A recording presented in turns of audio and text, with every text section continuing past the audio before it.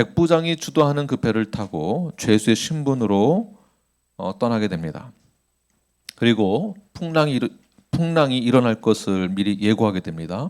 그러나 선장과 선원들은 번거의 말을 무시하게 됩니다. 결국 광풍을 만나서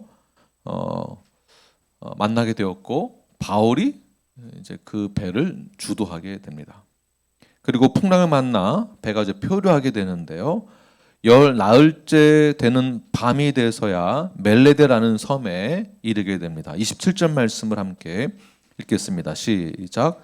열 나흘째 되는 날 밤에 우리가 아드리아 바다에서 이리저리 쫓겨가다가 자정쯤 되어 사공들이 어느 육지에 가까워지는 줄을 짐작하고, 그러니까 열 나흘째 표류하는 그 거리가 약 800km 정도 됩니다. 800km. 상당히 많이 표류하였죠. 배에 탄 선원들도 전문가였지만 이런 표류를 겪는다는 것은, 풍랑을 만난다는 것은 전문가들도 선원들에게도 굉장히 힘든 일입니다. 그럼 모두가 다 그런 힘든 상황 가운데서 벗어나기를 원하겠죠. 최대한 빨리 벗어나서 안전하고 음식도 먹고 편안한 쉼을 얻기를 원했을 것입니다. 또는 어떻게 해서든지 살고자 하는 그러한 마음이 들었을 것입니다. 폭풍 중에, 풍랑 중에 이런 마음을 안 가질 자가 누가 있겠습니까? 그때 마침 선원들이 배가 육지에 가까워지는 것을 짐작하고 28절에 보게 되면 물을 재어보니까 20길, 15길 정도 된다. 약 36m에서 27m 정도 되는 그러한 그 물 높이를 선원들이 짐작을 하고 배가 수심이 낮은 암초에 부딪힐 것을 염려하여 닻을 내리는 척하면서 선원들이 비상시에 사용할 작은 배들을 몰래 이렇게 내리게 됩니다. 왜 이렇게 몰래 이 배를 내렸을까? 30절 말씀을 읽겠습니다. 시작. 사공들이 도망하고자 하여 이물에서 닻을 내리는 채하고 거룻배를 바다에 내려놓거늘, 그러니까 거룻배, 작은 배, 비상시에 사용하는 작은 배를 이렇게 몰래 내려놓습니다. 몰래 내린 이유가 무엇일까? 선원들은 살고 싶었겠죠. 그래서 우리 주석에 보면 이렇게 표현을 하고 있습니다. 선원들은 배에 있던 다른 사람들은 생각하지 않고 자신만 살기 위해 도망가려고 했던 야비한 생각을 했다. 여기 주석의 해석이에요. 야비한 생각을 한 것이에요. 무엇을 위해서요? 자기만 살려고. 배 안에 몇 명이 있었습니까? 276명의 사람들이 있었습니다.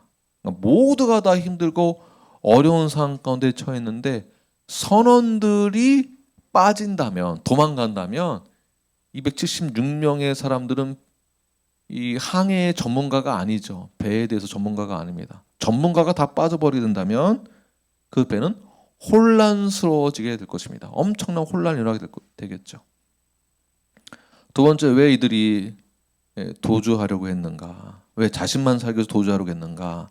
지난주 바울의 예언, 예고 또한 메시지를 보게 되면 두려워하지 말아라, 안심하라, 너희 중에는 아무도 생명에는 손상이 없을 것이다. 이 메시지를 다 들었습니다.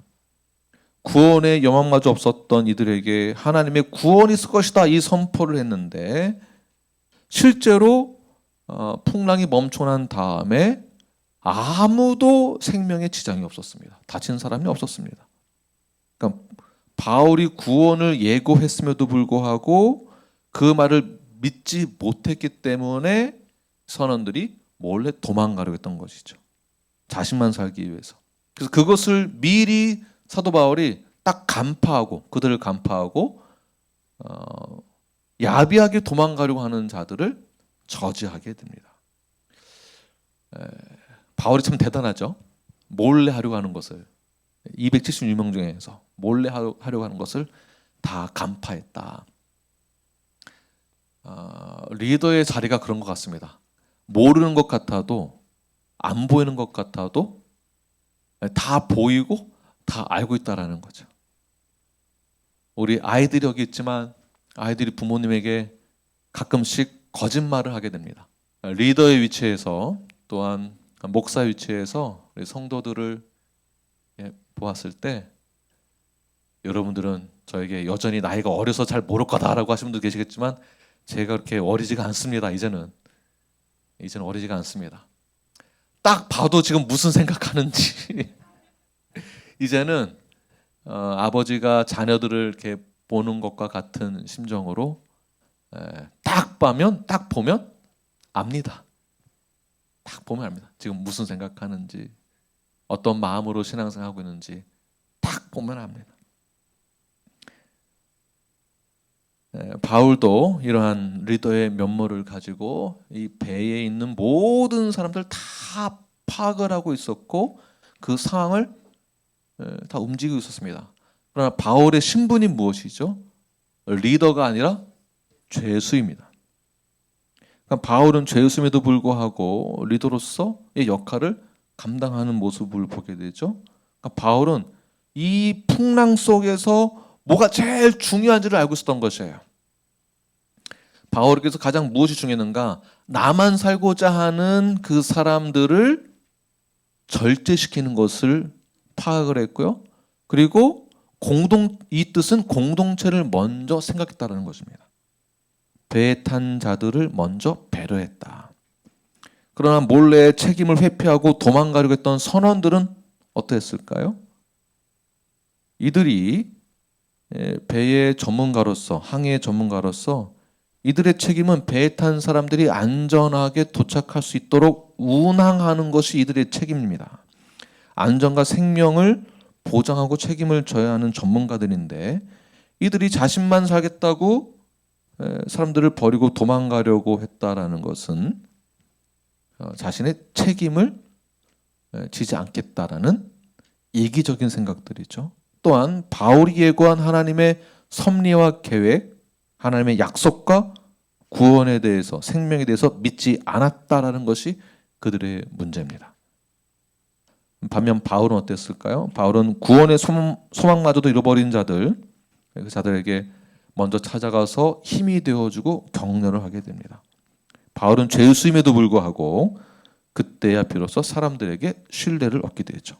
올바른 성도의 모습, 리더의 모습이라고 볼 수가 있습니다.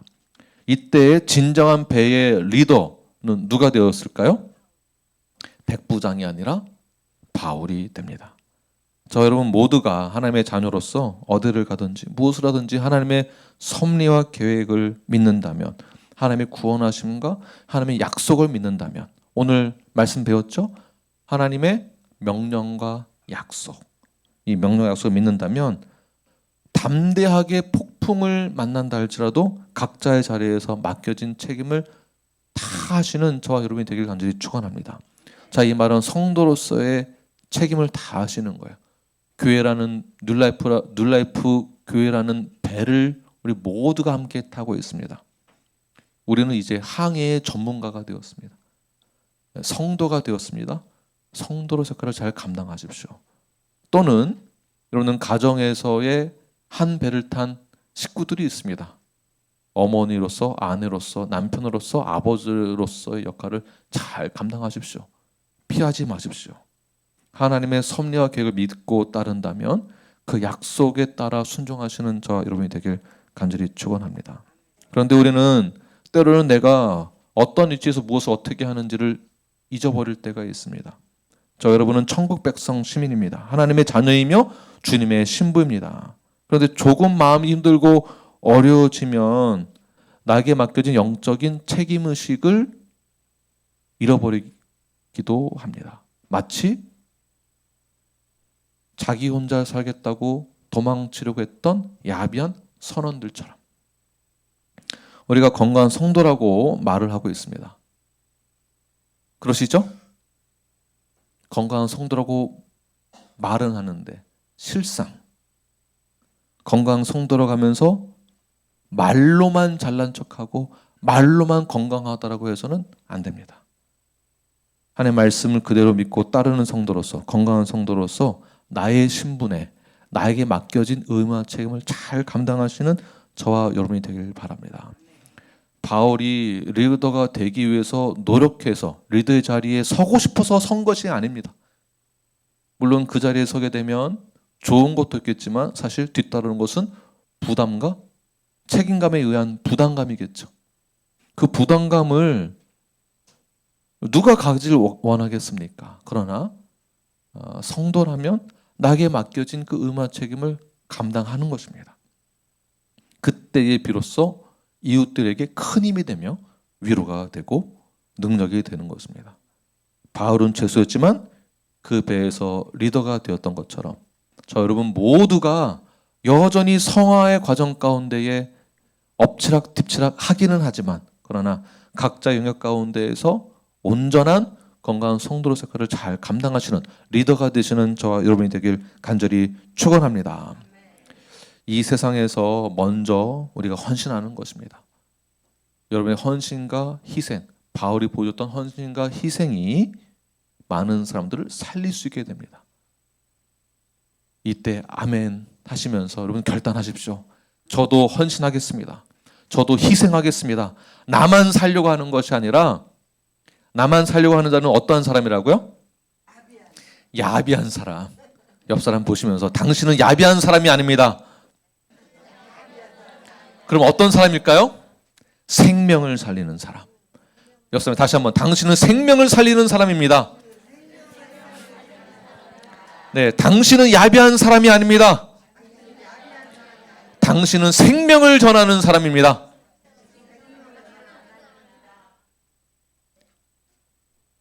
야비한 사람은 네, 야비한 사람이 아니라 생명을 전하는 사람. 그러한 사람이 건강한 성도라고 볼 수가 있습니다. 자, 또 중요한 것은 바울이 탄 배가 폭풍을 만났을 때에 표류하게 되고 먹지 못하고 두려워하고 어둠 속에 있을 때에 바울은 그 누구에게도 어떤 원망이나 남 탓을 하지 않았다라는 것에 우리는 주목을 됩니다. 일단 우리 인생의 풍랑을 만나게 되면 제일 먼저 드는 생각이 무엇일까요? 원망하게 되죠. 누구에게 원망을 할까요? 제일 먼저 하나님한테 원망 그래도 양심적으로 안 하죠. 제일 먼저는 아니지만 누구한테 원망할까요? 그러니까 예를 들어서 선원이 도망가는 것을 보았을 때에 선원에다 모든 것을 다 덤탱이 씌워가지고 원망할 수 있습니다. 저 사람들 때문에 우리가 망할 수 있다. 저 사람 때문이다. 그런데 바울은 그렇게 하지 않았다라는 것이에요.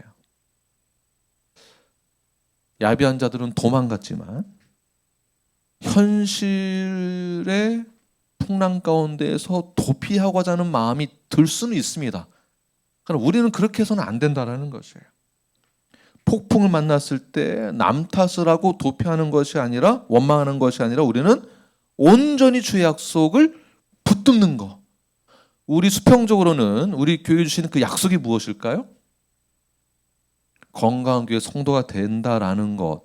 수평적으로 우리의 언약, 교회의 가치와 교회 공동체가 얼마나 중요한지에 대해서 이걸 놓쳐서는 안 되는 것이에요. 교회 공동체를 가볍게 여기는 말이나 행동을 해서도 안 되는 것입니다. 야비한 생각을 해서는 안 된다는 것이에요. 근데 우리도 모르게 폭풍을 만나면 이상하게 남 탓을 하게 되고 환경을 탓을 하게 되고 원망을 합니다. 비판을 하게 되고 이스라엘 백성들이 출애굽하여서 광야에 있을 때 몇 번 원망했는 줄 아십니까? 최소 10번 이상 큰 사건 속에서 10번 이상 원망을 했습니다. 사실은 그들이 출애굽했다는 것에 대해서 원망이 아니라 무엇을 해야 되는 것이 맞을까요? 감사하는 게 당연한 건데 감사가 아니라 원망을 하는 거예요. 야비한 생각을 그렇게 많이 했다라는 것이에요. 이런 표현들이 있습니다. 왜 우리를 죽게 하려고 광야로 데려왔느냐?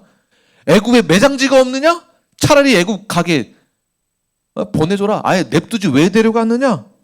이런 말 언제 했습니까? 홍해 앞에 홍해라는 광풍을 만났을 때 원망을 하죠. 그럼 하나님의 약속은 무엇일까요? 홍해는 어떻게 건너게 됩니까? 제일 안전하게 건너가잖아요. 또 약속을 해주시잖아요. 홍해를 건넌다라는 것 자체가 너는 나의 백성이라는 것을 증명해 주는 것입니다. 침례를 상징하죠. 또 마라의 쓴물 앞에서 원망을 합니다. 왜 원망했습니까? 왜 원망했습니까? 마실 물이 없다고. 그 물이 없다는 것 때문에 원망을 그렇게 합니다. 신광야에 도착했을 때 또 원망합니다. 무엇 때문에요? 고기가 없다고. 먹을 게 없다고 우리는 원망을 합니다.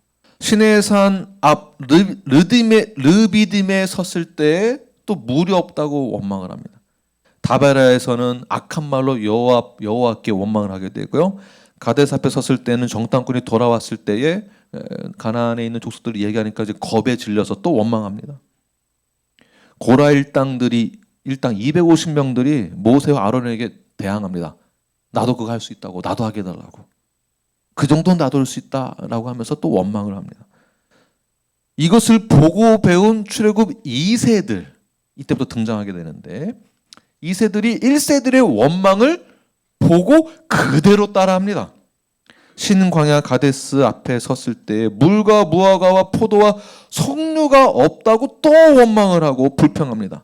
호르산에서 갔을 때에 먹을 음식과 물이 없다고, 더 이상 만나는 먹기 싫다고 원망합니다. 누가요? 2세들이 보고 배운 그대로. 결국 문제만 생기면, 폭풍을 만나기만 하면 우리는 누군가를 원망하고 불평한다라는 거. 아니면 몰래 도망간다라는 거. 폭풍을 만나면 피하고 싶으니까, 두려우니까. 그러나 믿음의 사람은, 건강한 성도는 폭풍을 만나더라도 겸허하게 그 사건 속으로, 풍랑 속으로 들어가는 것입니다. 바울이 그러했습니다. 사람들이 다 안절부절 공포에 떨고 있어도 바울이 죄수의 신분임에도 불구하고 그 자리에서 그들을 안심시켜주는 그 사역을 감당하게 됩니다. 폭풍을 만났을 때의 바울은 폭풍 속으로 들어가서 하나님의 음성을 들으며 폭풍 속에 들어가서 하나님의 뜻을 알기 위해 고뇌하게 됩니다. 그렇다면 폭풍이 우리에게 가르쳐주는 것은 무엇일까요? 왜 하나님은 나에게 폭풍을 허락하신 것일까요? 우리가 폭풍을 벗어나기 위해서, 그러니까 폭풍을 만났을 때 이 폭풍을 벗어나기 위해서 우리가 하는 일들이 있습니다. 내 힘으로 이 문제를 해결하기 위해서 인맥을 동원하고 내 지혜와 내 돈과 권력을 사용해서 어떻게 해서든지 폭풍을 이겨보려고 하지만 내 힘으로 그것이 가능하던가 전혀 효과가 없다라는 것을 알게 되죠. 효과가 없다는 것을 알게 될 때까지 폭풍은 나에게 계속 찾아온다는 것을 지금도 모르고 계시다면 문제입니다. 폭풍 만났을 때 내 힘으로는 아무것도 안 된다. 내가 가지고 있는 것으로는 어떤 효과가 없다라는 것을 알게 될 때까지 폭풍은 찾아온다. 폭풍, 광야의 특징은 무엇일까요? 전문가의 노하우가 통하지 않는다는 것입니다. 전문가의 노하우가 통하지 않는다. 내가 가지고 있는 무기가 아무 소용이 없다라는 것. 내가 가지고 있는 경험이 아무 소용이 없다라는 것. 그 자리가 어딘가? 폭풍이에요. 그 자리가 광야입니다.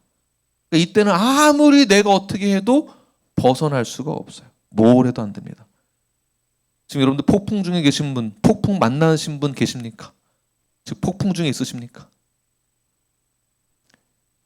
내가 가지고 있는 돈으로도 해결이 안 되고 내가 가지고 있는 무기로도 해결이 안 되는 곳이 폭풍이다. 그것을 바울이 깨달은 것이에요. 하나님이 그것을 알게 하기 위해서, 깨닫게 하기 위해서 폭풍을 우리에게 허락하신다라는 것. 그렇다면 우리는 누구를 의지해야 하는 것일까요? 바로 하나님밖에, 주님밖에 없음을 우리는 깨닫게 됩니다. 이것을 깨닫게 하기 위해서 하나님은 우리에게 폭풍을 주신다라는 것이죠. 이것을 몰래 도망가려고 했던 선원들이 몰랐던 것이에요. 바울은 이러한 극한 상황 속에서도 하나님을 절대 원망하지 않았고 불평하지 않았습니다. 오히려 바울은 하나님은 나의 처지를 알고 계시며 나의 상황을 모든 것 다 알고 계시고, 그리고 바울은 하나님이 모든 것을 예비해 두셨다라는 것을 믿었기 때문에 원망과 불평을 하지 않았다. 여기에서 리더십이 나오는 것이고요, 여기에서 건강한 성도의 면모가 보이는 것입니다. 이것입니다. 남 탓하지 않고 불평하지 않는 것. 사랑하는 눌라이프 여러분, 인생의 폭풍을 만났을 때에, 또는 나의 삶 속에 폭풍이라는 그 광야를 만났을 때에 그 누군가를 원망하거나 하나님을 불평하거나 불신하는 것이 아니라 오히려 그때에 하나님이 나의 힘과 나의 방패가 되심을 믿고 오직 하나님만을 의지하며 바라보며 나가시는 저와 여러분이 되길 간절히 축원합니다. 바울의 하나님이 나의 하나님이십니다. 요셉의 하나님이 나의 하나님이시고요, 그 요셉의 하나님이 나의 하나님인 동시에 나를 굳게 지켜주실 것을 믿고 나아가시는, 폭풍 중에도 살 길을 예비 두신 그 하나님을 믿고 나아가시는 저와 여러분이 되길 간절히 축원합니다. 이제 바울은 선원들이 도망치려는 의도를 파악하고 백부장에게 그것을 저지하도록 요구하게 됩니다. 31절 32절 읽겠습니다. 시작. 바울이 백부장과 군인들에게 이르되 이 사람들이 배에 있지 아니하면 너희가 구원을 얻지 못하리라 하니, 이에 군인들이 거룻줄을 끊어 떼어 버리니라. 자, 보십시오. 이제 바울의 명령을 누가 듣고 있습니까? 백부장이 듣고 있는 거예요. 상황이 반전됐죠. 그렇다고 해서 여전히 바울의 신분이 바뀌었느냐? 그렇지 않습니다. 죄수의 신분, 즉 우리가 이 세상을 살아갈 때 여전히 연약한 존재이고 나약하고 여전히 죄와 씨름을 해야 될 성화의 과정 가운데 있지만, 그러나 우리는 어딜 가든지 이러한 선한 영향력을 끼칠 수 있다는 것입니다. 마치 백부장이 바울의 명령을 따르듯이 저와 여러분이 그 역할을 할 수 있는 것이에요. 이러한 차원에서 여러분들은 참 대단하신 분들입니다. 보통 분들이 아닌 거예요. 어나더 레벨이 있으신 분들, 여러분들이. 옆 사람 보시면서 당신은 대단하신 분입니다. 네, 당신의 영적인 레벨은 어나더 레벨입니다. 네, 전문가를 뛰어넘는 레벨이십니다. 네, 내가 전문가가 아니라도 영적인 어떤 조언들과 하나님을 신뢰하며 믿음으로 선포하는 그 모든 것들이 우리를 리더로 만들어줘야 됩니다. 네, 그러한 사역을 잘 감당하십시오. 그리고 바울은 이어서 구원의 소망, 여망마저 잃어버렸던 자들에게 떡을 먹이기 시작하는데요. 이것이 굉장히 중요합니다. 34절부터 37절 시작. 음식 먹기를 권하노니 이것이 너희의 구원을 위하는 것이요 너희 중 머리카락 하나도 이룰 자가 없으리라 하고, 떡을 가져다가 모든 사람 앞에서 하나님께 축사하고 떼어 먹기를 시작하며 그들도 다 안심하고 받아 먹으니 배에 있는 우리의 수는 전부 276명이더라. 밤새 276명 모두는 두려움과 공포 가운데 있었습니다. 선원들은 배를 버리고 도망가려고 했고, 만약에 그런 상황이 생겼다면 불안과 초조는 더욱더 심해졌겠죠. 그때에 바울은 그 선원들에게도 사실은 보시면 뭐라고 한 말이 없습니다. 다시 말해서 그러한 자들에게도, 어리석은 자들에게도, 아까 주석에서 뭐라고 얘기했다고 그랬죠? 야비한 자들에게도 바울은 그들의 연약함과 어리석음을 탓하지 않았다라는 것을 보게 됩니다. 때로는 우리가 형제 자매들을 보았을 때 답답하고 또 답답할 때가 있죠. 아무도 티를 안 내시네요. 답답해 하시면서도 아무도 티를 안 내시는데 계속 넘어지고 이렇게 신앙생활이 어려워하시고 힘들어하시는 분들 보면 답답할 때가 있지만, 그러나 사도 바울은 그렇게 하지 않았다라는 것이에요.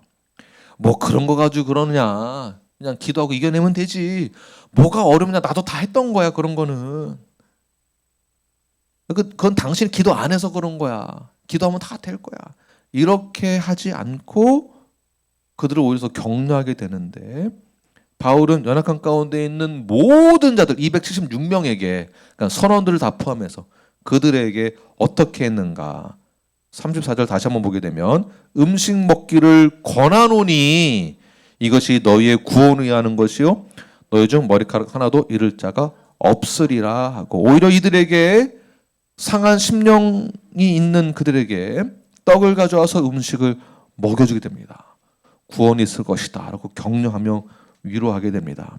이것이 바로 우리 건강한 교회가 해야 될 일들입니다. 어려운 가운데 있는 형제들 자매들을 손가락질하면서 비난만 하는 것이 아니라 먼저 어떻게 해요?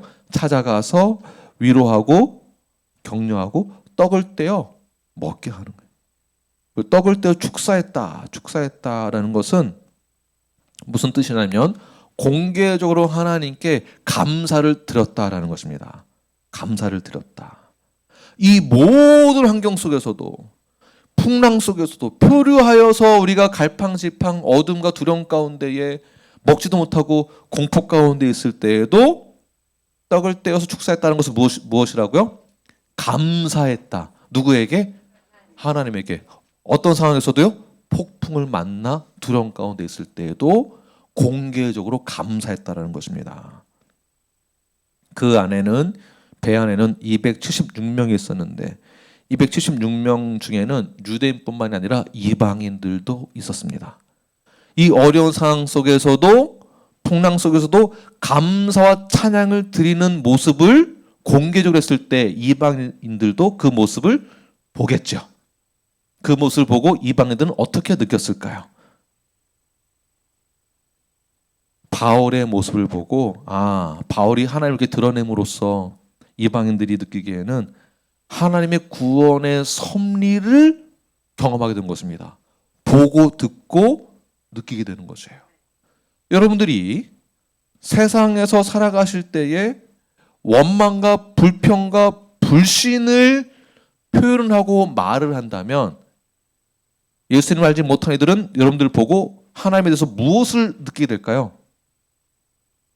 하나님 믿어봐야 아무 소용 없구나. 힘이 없는 사람, 힘이 없는 신이구나. 그 신은, 그 하나님은 이 사람을 구원도 못 시켜주는구나. 불만도 해결하지 못하는 연약한 신이구나 라고 느끼겠죠. 그러나 그 가운데서도 바울은 하나님께 감사와 찬양을 들었을 때 그 자리에 있었던 이방인들은 하나님은 위대하신 분이구나. 바울을 보아 간접적으로 경험하게 되는 것입니다. 그리고 바울이 축사하고 난 뒤 모두 그 음식을 안심하고 다 받아 먹게 됩니다. 안심하고. 다시 말해서 축제가 된 것이에요. 축제. 한 사람에 의해서, 한 사람의 위로와 섬김과 헌신과 희생을 통해서 배 안에 있었던 모든 전체가 다 기분이 좋아졌다. 기분이 좋아졌다. 자, 나로 인해서 분위기가 좋아진다면 이거 얼마나 감사합니까? 근데 나 때문에 분위기가 다운된다면 어디 쥐구멍에 좀 들어가고 싶겠죠? 여러분, 둘 중에 어느 사람이 되기를 원하십니까? 배 안에 있었던 276명의 모든 사람들이 기분이 좋아지고 한 사람의 위로와 격려와 용기를 통해서 안도감을 얻게 됨으로 인하여서 무엇이 생기는가? 삶의 의욕이 생기죠. 원래는 살 소망, 구원의 여망마저도 잃어버렸던 그 사람들이 이제는 어떻게 됐습니까? 살 의욕이 생기는 거예요. 살 소망이 생기고요. 불안감을 떨쳐버리게 되고 새 힘을 얻게 됩니다. 제가 보기에는 이 교회 공동체를 상징하는 거예요. 한 사람의 헌신과 희생과 섬김, 용기, 감사를 통해서 교회 전체가 살 소망이 생긴다는 거. 마치 예수님의 오병의 기적을 통해서 많은 사람들이 더불어 기쁨을 누리고 그 떡을 나눔을 통하여서 생명의 연장이 되었다는 것을 느낌을 통하여서 느꼈던 것처럼 배 안에 있었던 모든 사람들도 한 사람의 헌신을 통해서 기쁨과 은혜와 감사를 나누게 된다는 것. 그러므로 저 여러분은 뭐 그 정도 가지고 그러느냐 비난만 하는 것이 아니라 구원을 확증시키는, 위로하시는 눌라이프가 되기를 간절히 축원합니다. 우리 눌라이프라는 배 안에 약 60여 명이 함께하고 있습니다. 폭풍 중에 누군가는 몰래 도망가려고 하는 자가 있고, 또 누군가는 폭풍이라 할지라도 먼저 헌신적으로 형제와 자매를 위해 위로하고, 숨막히는 고통 중에 있는 자들에게 먼저 찾아가서 격려하며 떡을 떼며 축사하고 하나님께 모든 것 영광 돌리는 헌신된 자가 있습니다. 저는 눌라파라는 배에 합성한 모든 분들이 바울과 같은 자가 되기를 간절히 축원합니다. 한 사람의 헌신과 희생이 많은 영혼들을 살리게 되는 것입니다. 구원의 소망이 없었던 그들에게 잿더미에 쌓인 곳에서 부활을 발견하게 된 것처럼 그 한 사람을 통해서 배 안에는 생명이 있는 축제, 살아있는 축제, 역동적이고 생명력이 있는 그런 교회 공동체를 이루어 나가시는 한 사람이 되길 간절히 축원합니다. 이제 배는 난파가 되기 바로 직전에 이제 어느 섬에 모래밭에 비상 착륙을 하게 되는데요. 43절 읽겠습니다. 시작. 백부장이 바울을 구원하려고 하여 그들의 뜻을 막고 헤엄칠 줄 아는 사람을 명하여 물에 뛰어내려 먼저 육지에 나가게 하고. 자, 백부장이 바울을 구원하려고 했다라는 것을 보게 되면 전체 이제 문맥을 보게 되면 원래 이런 배가 난파되는 상황이 되면 죄수들이 도망갈 수 있는 여지가 생기잖아요. 만약에 죄수가 도망가게 되면 그 책임을 이 백부장이 다 져야 됩니다. 그래서 군인들이 백부장에게 부탁을 합니다. 이 쇠사슬로 묶어 놓던가 도망가지 않게, 아니면 죽이던가. 그래서 이런 상황에서는 원래는 죽이는 게 맞는 것입니다. 모든 죄수들을 다 죽여야 됩니다. 그러니까 바울도 죽임을 당하는 것이에요. 그러니까 죽어야 당연한 건데 지금 어떻게 상황이 바뀌었는가? 백부장이 바울을 구원하게 된다. 죄수들을 죽이는 것이 다수 여론이었는데 백부장이 이것을 거부하고 바울을 살려줍니다. 이것은 쉬운 일이 아니에요. 백부장이 이 모든 것을 다 책임을 지고 죄수들을 죽이지 않고 다 살려주는데 백부장이 왜 이러한 결단을 내렸을까요? 왜냐하면 백부장은 분명 바울의 예언이 다 거의 이루어져 가고 있음을 보았기 때문에 그렇습니다. 또 다른 이유는 바울이 보여준 헌신과 희생 정신의 감동을 받았을 것이다라고 보는 것이죠. 또 바울이 하나님을 신뢰하는 그 모습을 통해서 백부장도 바울을 신뢰하게 됩니다. 무엇을요? 절대 도망가지 않을 것이며 모든 사람이 다 생명에 문제가 없을 것이라는 것을 확신하게 된 것이죠. 그러니까 바울 한 사람을 통해서 믿지 않는 이방인 백부장도 하나님의 역사하심을 믿게 되는 과정들을 볼 수 있게 됩니다. 이러므로 하나님의 사람들은 어딜 가든지 이런 영향이 있는 것입니다. 절대절명의 위기 속에서도 의로운 자 한 사람에 의해 모든 죄수들이 다 구원을 받게 되죠. 이 한 사람을 통해서. 이 한 사람이 바로 하나님의 사람이며 건강한 성도이며 바로 여러분입니다. 여러분. 네.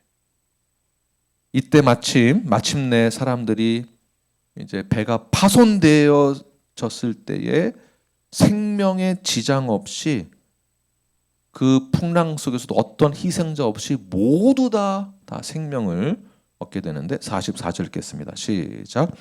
그 남은 사람들은 널조각 혹은 배 물건에 의지하여 나가게 하니 마침내 사람들이 다 상륙하여 구조되니라. 네. 마침내 바울이 예언하였던 모든 것이 다 이루어지게 되었습니다. 이 예언은 하나님이 바울에게 주셨던 것이죠. 마침내 하나님의 역사하심과 인도하심을 모두가 다 경험하게 되었습니다. 언제요? 폭풍의 시간을 통과하고 나서야 마침내 폭풍 속에서 펼쳐진 어둠의 사건들, 불안한 사건들, 그 상황 속에서 우리는 마침내 하나님의 계획과 섭리를 경험하게 됩니다. 그 후 우리는 마침내 승리를 하게 되는 것이죠. 백부장은 처음 폭풍 만났을 때 잘못된 선택을 했습니다. 그러니까 전문가의 말만 신뢰했던 것이죠. 그러나 한 사람이 하나님의 인도하심을 거부하는 순간 모든 배승선한 사람들이 다 고통받게 됩니다. 그것을 백부장도 알게 되었던 것이죠. 그러나 의인 한 사람을 통하여서 바울의 희생과 헌신을 통해서 모든 사람이 다 살게 되고 이것을 통해 하나님의 역사하심과 계획을 하나님의 선하심을 하나님께서 약속하셨던 것이 다 이루어진다는 것을 하나님의 신실하심이 증명되어지게 됩니다. 모두가 다 구원받게 되었습니다. 마침내 우리는 더욱더 폭풍이 우리에게 있다 할지라도 마침내 우리는 폭풍 너머에 폭풍 지나서 하나님이 우리를 위해 미리 예비해 두신 그 자리에 서게 될 것을 기대하며 나아가시는 저와 여러분이 되길 바랍니다. 어떠한 풍파가 몰아치더라도 하나님은 우리를 보호하실 것이며 약속한 하나님은 우리를 안전하게 성화 너머에 뒤따라오는 그 영화가 있을 것을 우리에게 약속하셨습니다. 그럼 우리는 풍랑이 몰아쳐도 우리는 누구만 바라봐둘까요? 나는 너만 바라볼 거야. 우리 옆 사람 보시면서 한번 연습해 보겠습니다. 나는 당신만 바라보겠습니다. 연습. 네. 수평적으로는 우리의 믿음의 공동체 안에서 이렇게 바라보고요. 수직적으로는 어떻게 우리는 오직 주님만 바라보는 주님만. 히브리서 12장 2절 말씀을 읽겠습니다. 시작. 믿음의 주여 또 온전하게 하시는 이인 예수를 바라보자. 네, 할렐루야. 하나님 우리를 외면하지 않으십니다. 하나님 우리를 꼭 지켜주십니다. 건강의 문제라는 풍랑, 경제적인 문제라는 풍랑, 관계에 어려움이 있는 풍랑, 그 속에서 이스라엘 백성들이 원망, 불평, 불신했던 것이 아니라 우리는 이제 하나님을 전적으로 신뢰하는 것이에요. 주님이 우리에게 다가오셨습니다. 예수님께서 우리의 모든 죄를 다 사하여 주셨습니다. 이제 우리는 죄가 없다라고 하십니다. 이제 너는 의인이라고 하십니다. 그러나 내 속에서 발견되지는 그 어떠함을 뛰어넘어 반드시 그 약속의 하나님께서 우리를 완전케 해줄 것을 믿고 신뢰하며 나아가시는 주님만 바라보며 나아가시는 저와 여러분이 되길 간절히 축원합니다. 기도하겠습니다.